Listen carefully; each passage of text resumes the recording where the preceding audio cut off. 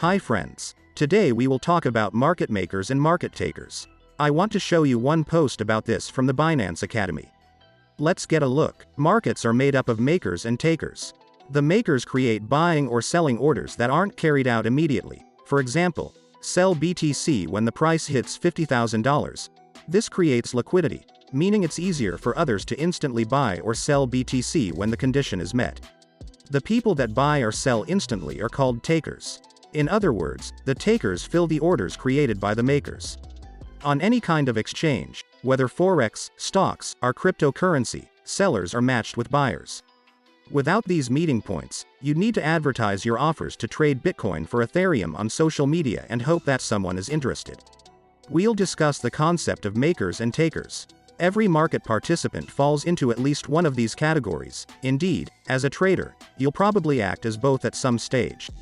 Makers and takers are the lifeblood of many trading platforms, and their presence, or lack of it, separates strong exchanges from weak ones.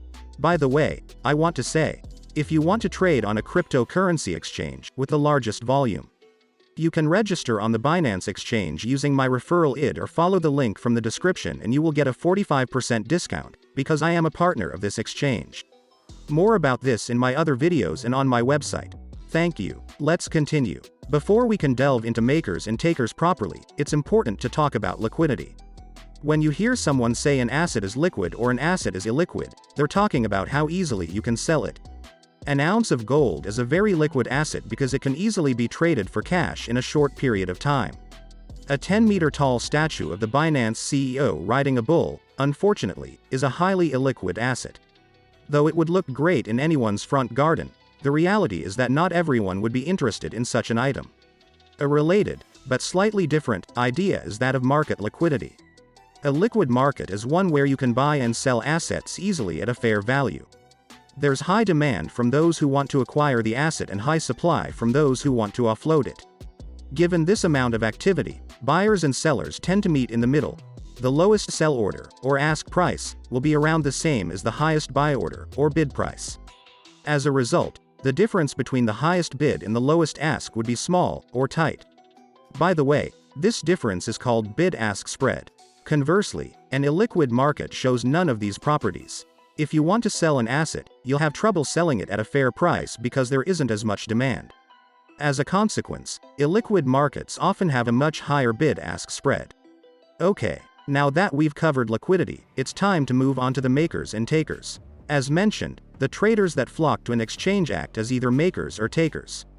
Makers. Exchanges often calculate the market value of an asset with an order book. This is where it collects all the offers to buy and to sell from its users.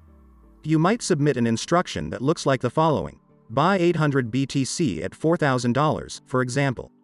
This is added to the order book, and it will be filled when the price reaches $4,000. Maker order like the one described requires that you announce your intentions ahead of time by adding them to the order book. You're a maker because you've made the market, in a sense. The exchange is like a grocery store that charges a fee to individuals to put goods on the shelves, and you're the person adding your own inventory. It's common for big traders and institutions, like those specializing in high-frequency trading, to take on the role of market makers. Alternatively, small traders can become makers, simply by placing certain order types that aren't executed immediately.